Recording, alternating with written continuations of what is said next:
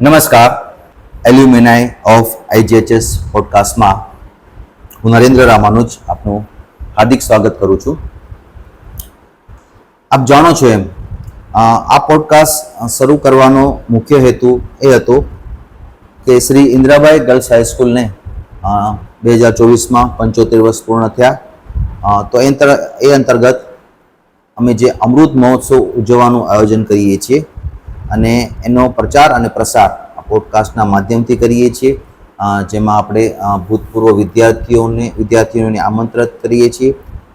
એમના અભ્યાસકાળ દરમિયાનના અનુભવો અહીંયા શેર કરીએ છીએ, એમના કારકિર્દીના અનુભવો શેર કરીએ છીએ અને સમાજમાં જે પણ દીકરીઓ આજે અભ્યાસ કરી રહી છે એ જુદા જુદા ક્ષેત્રોમાં રહેલી ભૂતપૂર્વ વિદ્યાર્થીઓને સાંભળીને પોતાનું કારકિર્દીનું ક્ષેત્ર નક્કી કરી શકે, એ પણ આ પોડકાસ્ટનો હેતુ રહ્યો છે.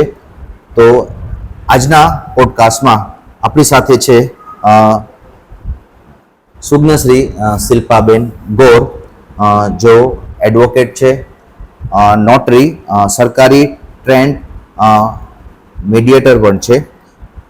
સાથે સાથે બાળ અદાલત, જેને આપણે કિશોર ન્યાયાલય પણ કહીએ છીએ, જેમાં એ 3 વર્ષથી સભ્ય પણ છે.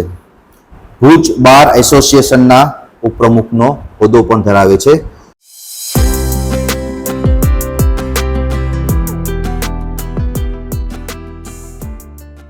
તો શિલ્પાબેન ગોર, આપનું હાર્દિક સ્વાગત છે અમારા એલ્યુમિનાઈ ઓફ આઈજીએચએસ પોડકાસ્ટમાં.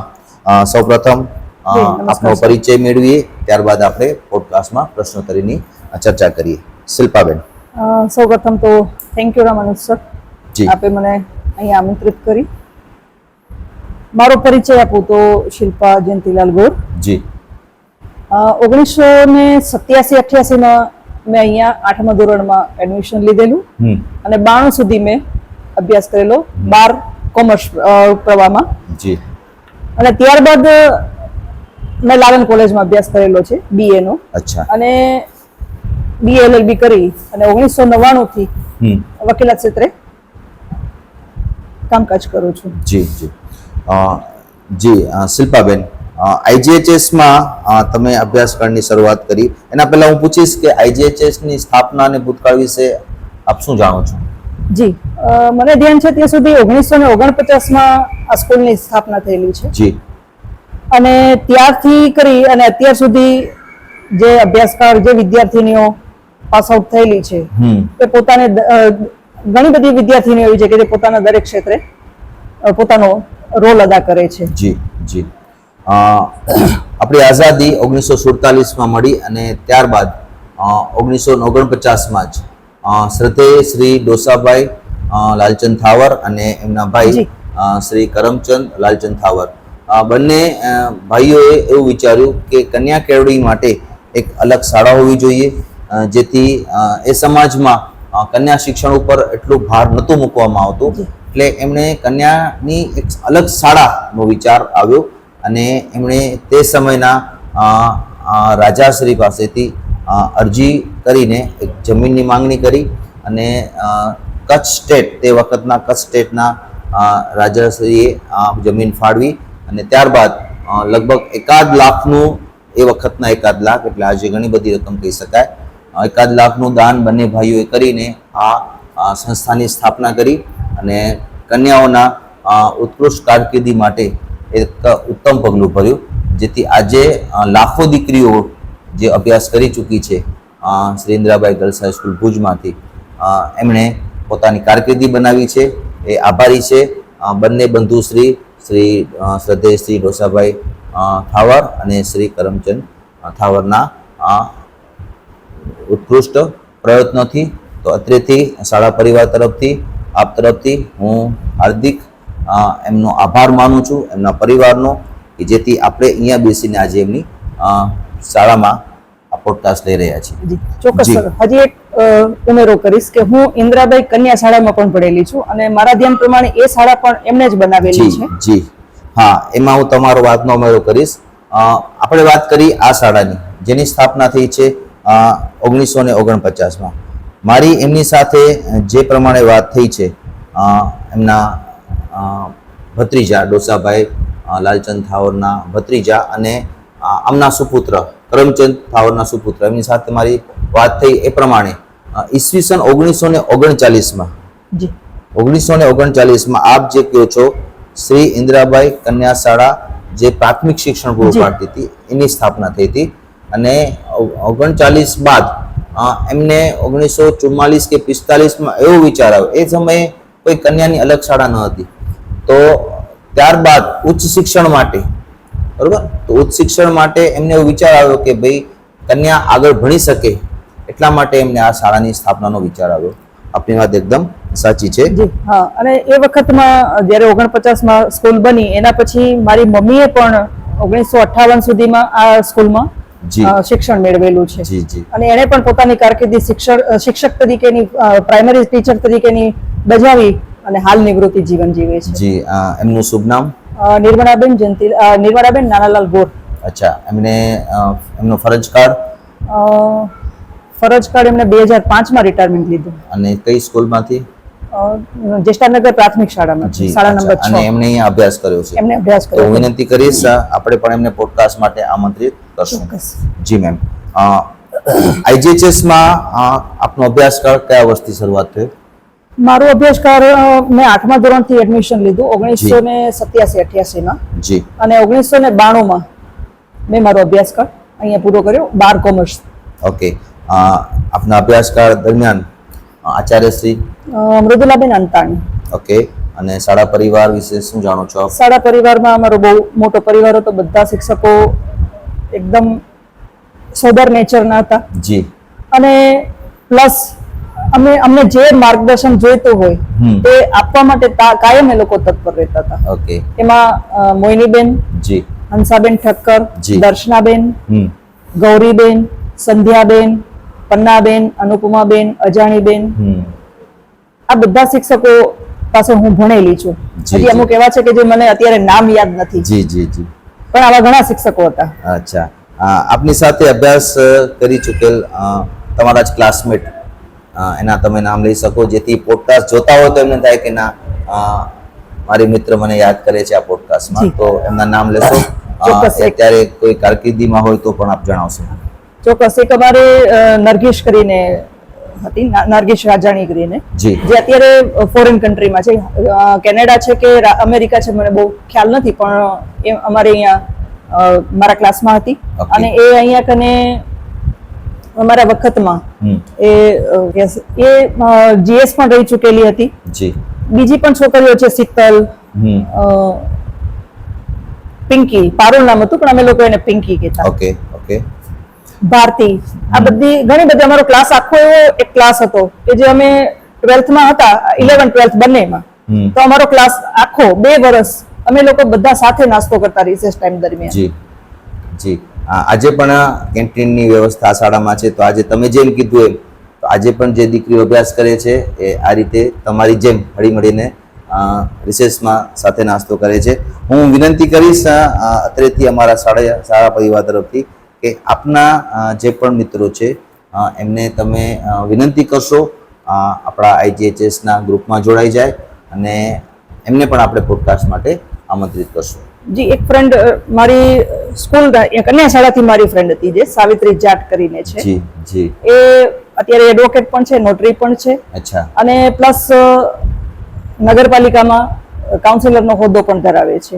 અચ્છા અને એ અહીંયાથી આ સ્કૂલમાંથી જ મારી સાથે જે 12th પાસ કરીને નીકળેલી છે. જી જી ચોક્કસ આપણે પ્રયત્ન કરશું એમનો પણ કોન્ટેક્ટ કરીને આપણે પોડકાસ્ટમાં આમંત્રિત કરવાનું. Okay ma'am. આપના અભ્યાસકાળ દરમિયાન આપની કોઈ સ્થિતિ અથવા શાળાની સ્થિતિ, કોઈ યાદગાર પ્રસંગ, કોઈ પ્રેરણાદાયી પ્રસંગ, કોઈ શિક્ષક દ્વારા મળેલી પ્રેરણા કે તે જે તમારા જીવનમાં ફેરફાર લાવવામાં મદદરૂપ થઈ હોય? જી ચોક્કસ.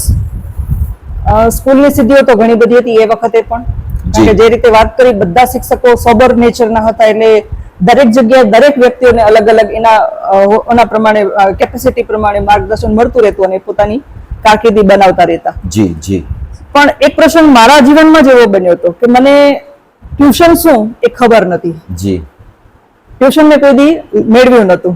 એટલે ટ્યુશન માટે મેં અમારા શિક્ષક હંસાબેન ઠક્કર એને 12મામાં મેં કહ્યું બેન મને ટ્યુશન આવું છે. અચ્છા. ત્યારે બેને એટલું સરસ વાક્ય કહ્યું કે તને ટ્યુશનની જરૂર નથી, તને જે કોઈ માર્ગદર્શન જોતું હોય, તને જ્યાં કોઈ તને તકલીફ પડતી હોય ત્યાં મને તો સ્કૂલમાં પૂછીશ, મારા ઘરે આવીને પૂછીશ તો પણ તને માર્ગદર્શન પૂરતું મળશે. સરસ. હંસાબેનનો પહેલો જ પોડકાસ્ટ, આ સિરીઝનો પહેલો જ પોડકાસ્ટ હંસાબેન ઠક્કરનો લીધેલો છે અને ખૂબ જ સરળ સ્વભાવ અને કર્મનિષ્ઠ શિક્ષક જેને કહી શકાય કે જેમણે ઘણી બધી વિદ્યાર્થીઓને આવી રીતના માર્ગદર્શન આપ્યું છે. IGHS-માં આપે અભ્યાસ પૂર્ણ કર્યો, ત્યારબાદ આપની કારકિર્દીની શરૂઆત કેવી રીતે કરી? IGHS માંથી હું નીકળ્યા બાદ મેં કોમર્સમાંથી નીકળી અને આર્ટ્સની લાઈન લીધેલી. અચ્છા. એટલે રાલંગ કોલેજમાં મેં મારો કોલેજનો અભ્યાસ કરેલો. જી. ત્યારબાદ લો કરેલું મેં. ઓકે. અને લો 1999માં પૂરું કર્યું અને 1999માં જ મને સનદ મળી. જી. અને ત્યારબાદ મેં પ્રેક્ટિસ ચાલુ કરેલી. જી. સનદ વિશે મને કહેશો, કારણ કે ઘણી બધી દીકરીઓ છે આ ક્ષેત્રમાં જવા ઈચ્છે છે, અમારી શાળામાંથી પણ અને સમાજમાંથી પણ મને ઘણી બધી દીકરીઓ દ્વારા આ પ્રશ્નો આવ્યા છે કે વકીલાત કરવી હોય તો શું પ્રિપરેશન કરવી પડે, કેવી માનસિક તૈયારી હોવી જોઈએ, એના વિશે થોડું આપ કહેશો. જી. અમે ભણતા ત્યારે 3 વર્ષનો જ કોર્સ હતો. અત્યારે 2 એજ્યુકેશન, આ લોના એજ્યુકેશનમાં 2 કોર્સ આવે છે. એક 3 વર્ષનો કોર્સ છે અને આફ્ટર 12th જી પણ 5 વર્ષનો કોર્સ થઈ શકે છે, જે અમદાવાદ થાય છે. અહીંયા થાય છે કે નહીં મને નોલેજ નથી, પણ અમદાવાદ થાય છે એટલી મને ખબર છે. જી. અને એ કોર્સ કર્યા બાદ AIB ની એક્ઝામ આપવામાં આવે છે અને AIB ની એક્ઝામ પાસ કર્યા પછી સનદ મળે છે વકીલાતના ક્ષેત્રે પ્રેક્ટિસ માટેની. અચ્છા. અને સનદ માટે જેની પરીક્ષા હોય છે કે કેવી રીતે? હા, AIB ની જે એક્ઝામ કહું છું એ સનદ બાદ પ્રેક્ટિસ માટેની જે જરૂરિયાત છે એ એક્ઝામ આપ્યા બાદ સનદ ફાળવવામાં આવે છે. અચ્છા. મેં એવું સાંભળ્યું હતું કે સનદ લેવા માટે પણ એનું રિઝલ્ટ જલ્દી નથી મળતું, એ વાત સાચી છે? હા, એમાં જે રીતના માર્કિંગ આવે છે, જે રીતના પેપર્સ પૂછાય છે એ નેગેટિવ પોઝિટિવ રીતના જે ક્વેશ્ચનરી હોય છે એ રીતની હોય છે. એમાં પહેલી ટ્રાયલે પાસ થવું ઘણી વખત અઘરું બનતું હોય છે. પ્રેક્ટિકલ અને જે પુસ્તકીય જ્ઞાન કહેવાય એ બે બહુ ફરક હોય છે. સાચી વાત છે. ઓકે. આપે જેમ આપના પરિચયમાં મને કીધું એમ કે આપ એક એડવોકેટ છો, સાથે સાથે નોટરી પણ છો, તો નોટરી વિશે થોડો પ્રકાશ પાડશો? જી. નોટરી 5 વર્ષ થયા મને. જી. નોટરી છે એ કેન્દ્ર સરકાર પણ નિમણૂક કરી શકે છે અને ગુજરાત સરકાર પણ નિમણૂક કરી શકે છે. હું કેન્દ્ર સરકાર દ્વારા નિમણૂક પામેલી નોટરી છું અને નોટરી માટે અમે ગેઝેટેડ ઓફિસર કક્ષાના વ્યક્તિઓ તરીકે હાલ અત્યારે અમે કામ કરીએ છીએ, જેટલા નોટરી છે કચ્છમાં. જી. ઓકે. સાથે સાથે તમે એ પણ કીધું કે તમે સરકારી ટ્રેન્ડ મીડિયેટર છો. જી. તો એનું શું કામ હોય છે મીડિયેટરનું? સરકારે અમને 40 કલાકની એક ટ્રેનિંગ આપેલી છે અને એ મીડિયેટર તરીકેની ટ્રેનિંગ લીધા બાદ અમે અમારી પાસે આવતી મેટરો, મુકાતી મેટરો, મેટ્રિમોનિયલ હોય, નેગોશિયેબલ ની લગતી હોય અથવા સમાધાન લાયક કોઈ પણ મેટર હોય, એમાં અમારે મધ્યસ્થી કરવાની હોય છે. બંને પક્ષોને બેસાડી બંનેની વાત સાંભળી અને યોગ્ય નિર્ણય બંને લઈ શકે એ માટે અમારે મધ્યસ્થી કરવાની હોય છે. ઓકે. જી. ગેઝેટેડ ઓફિસર સમકક્ષ આપ કીધું કે નોટરીનો હોદ્દો છે, તો ગેઝેટેડ ઓફિસર સમકક્ષ શા માટે કહેવાય છે એમને? ગેઝેટેડ ઓફિસરને જે ટ્રોકોપીના પાવર્સ છે, અમુક જે એફિડેવિટ્સ કે આ જે કરવાના હોય છે પાવર્સ, એ બધા પાવર્સ અમારી પાસે પણ હોય છે. ઓકે. સાથે સાથે આપે બાળ અદાલત, જેને આપણે કિશોર ન્યાયાલય, ઓકે, એમાં પણ આપ 3 વર્ષથી સભ્ય છો, તો એના વિશે જરા માહિતી આપશો. જી. આપણે અહીંયા કિશોર ન્યાયાલય તો ઘણા વર્ષથી કાર્યરત છે અને કચ્છ જિલ્લાની આખી જે કિશોર ન્યાયાલય છે, જેને બાળ અદાલત કહેવાય છે, એ ભુજ મધ્યે છે. ભુજ મધ્યે નાગરિક સોસાયટી મધ્યે આ રિમાન્ડ હોમ છે, એની સાથે જ અદાલતનું બેઠક થાય છે અને બેઠક હાલ અત્યારે અઠવાડિયામાં 2 દિવસ હોય છે, ગુરુવાર અને શનિવાર. જી.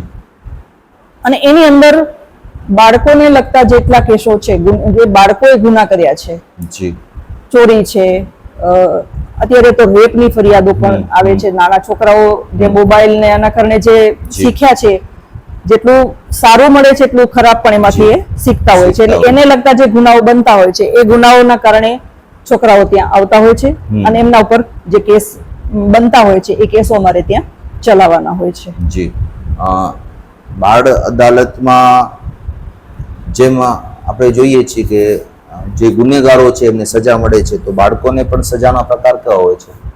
બાળકોને સજાનો પ્રકાર હેવી હોતો નથી, જેવી રીતે કે આપણે બીજા કેસોમાં જોતા હોઈએ છીએ કે ફાંસીની સજા કરી અથવા જેલની સજા કરી. તો આમાં એવું કોઈ ઓપ્શન નથી. આમાં ઠપકો આપીને છોડી મૂકવામાં આવે છે, અથવા તો કોઈ એવો હિનિયસ ગુનો કહેવાય, તો હિનિયસ ગુનામાં એ છોકરાને એમ લાગે કે આને સુધારવા માટે સુધારગૃહમાં મૂકવો જરૂરી છે, તો સુધારગૃહમાં એને મૂકવા માટેની પ્રોસેસ કરી શકાય છે. જી જી મેમ.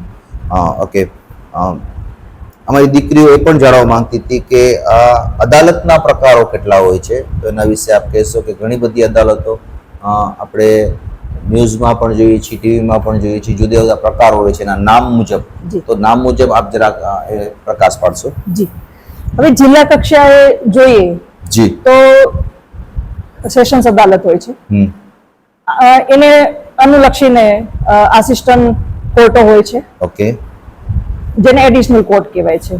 અહીંયા ડિસ્ટ્રિક્ટ અને સેશન્સ જજ મેઇન કહેવાય.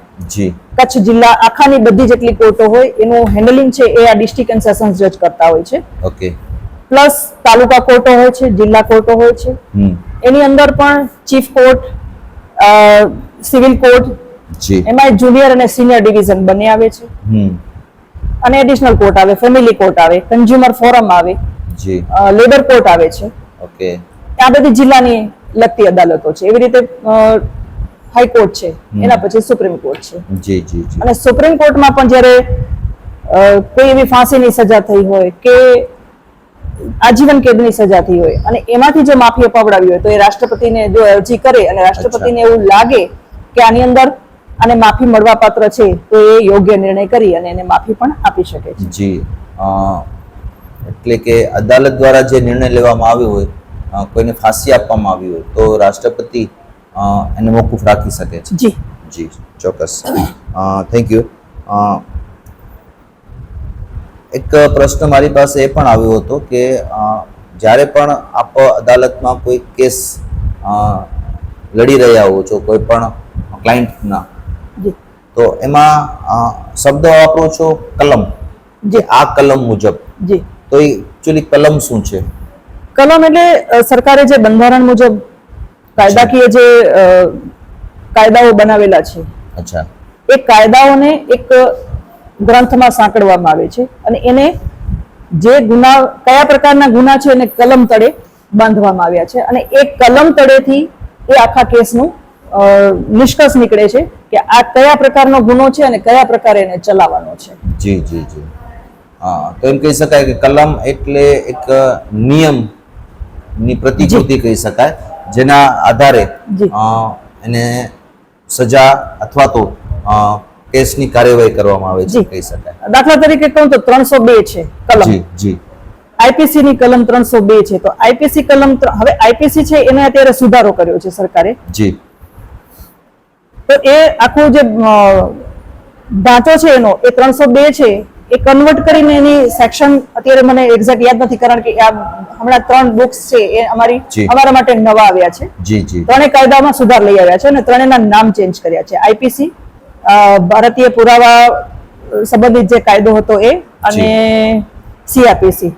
તો આ ત્રણેય કાયદાઓના નામ બદલી અને એમાં જે કલમો છે એમાં ફેરફાર કરેલા છે. જી જી. Thank you ma'am.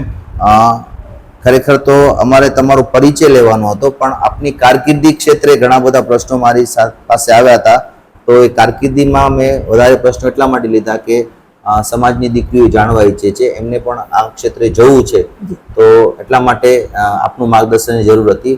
તો આપે એ કારકિર્દી અનુસંધાને જે પણ જવાબ આપ્યા એના બદલ ખૂબ ખૂબ આભાર, જેથી અમારી વિદ્યાર્થીનીઓને માર્ગદર્શન પૂરતું મળી રહેશે. અંતમાં આપણે આ પોડકાસ્ટમાં એક પ્રેરણાદાયી સંદેશ આપવો છે.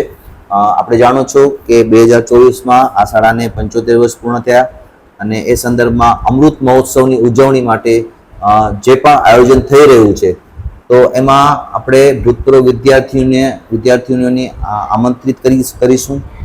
દેશ અને વિદેશમાં રહેતી એલ્યુમિનાય જે છે IGHSની એને આપણે આમંત્રિત કરીશું.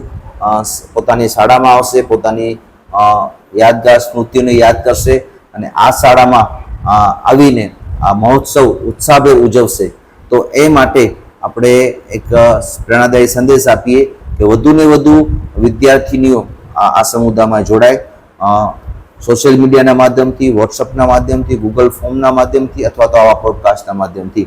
તો આપ એક સંદેશો આપશો. જી, IGHS સ્કૂલ એ જી. સરકારી સ્કૂલ છે.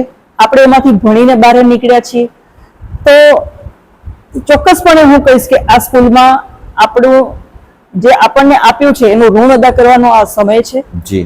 તો ખરેખર જે અત્યારે 75 વર્ષ થયા અને જે સ્કૂલ અત્યારે જે ભાગ ભજવી રહી છે અને જે કાર્યક્રમો ગોઠવી રહી છે, તો એમાં અચૂકપણે દરેક ભૂતપૂર્વ વિદ્યાર્થીનીઓએ ભાગ લેવો જોઈએ અને દરેકે આવવું જોઈએ અને આપણો પૂરતો અને જે ખરેખર યોગદાન દેવા જેવું છે યોગદાન દેવું જોઈએ.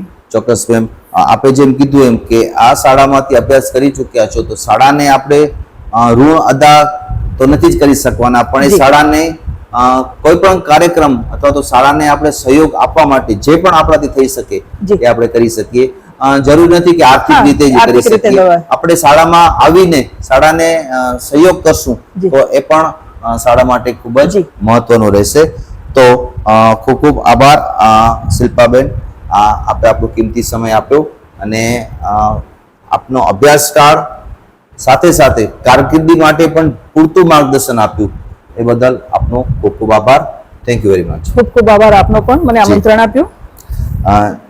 જી, નેક્સ્ટ એપિસોડમાં આપણે ફરીથી મળશું. હું અત્યારથી અપીલ કરીશ કે આપણી આ YouTube channel Shri Indrabai girls હાઈસ્કૂલને આપણે સબસ્ક્રાઈબ કરીએ, જેથી આવા એલ્યુમિનાયનો આપણે પરિચય મેળવી શકીએ. અને નેક્સ્ટ એપિસોડમાં જે પણ વિદ્યાર્થીનીઓ આ પોડકાસ્ટમાં ભાગ લેવા ઈચ્છી રહી છે એ મારા ડિસ્ક્રિપ્શનમાં રહેલા કોન્ટેક્ટ નંબર ઉપર મને સંપર્ક કરશે. અમે તમને તારીખ ફાળવી આપીશું અને આપણે તમારા અનુભવો અહીંયા રજૂ કરી શકશું. Thank you very much. ફરીથી મળશું. ધન્યવાદ.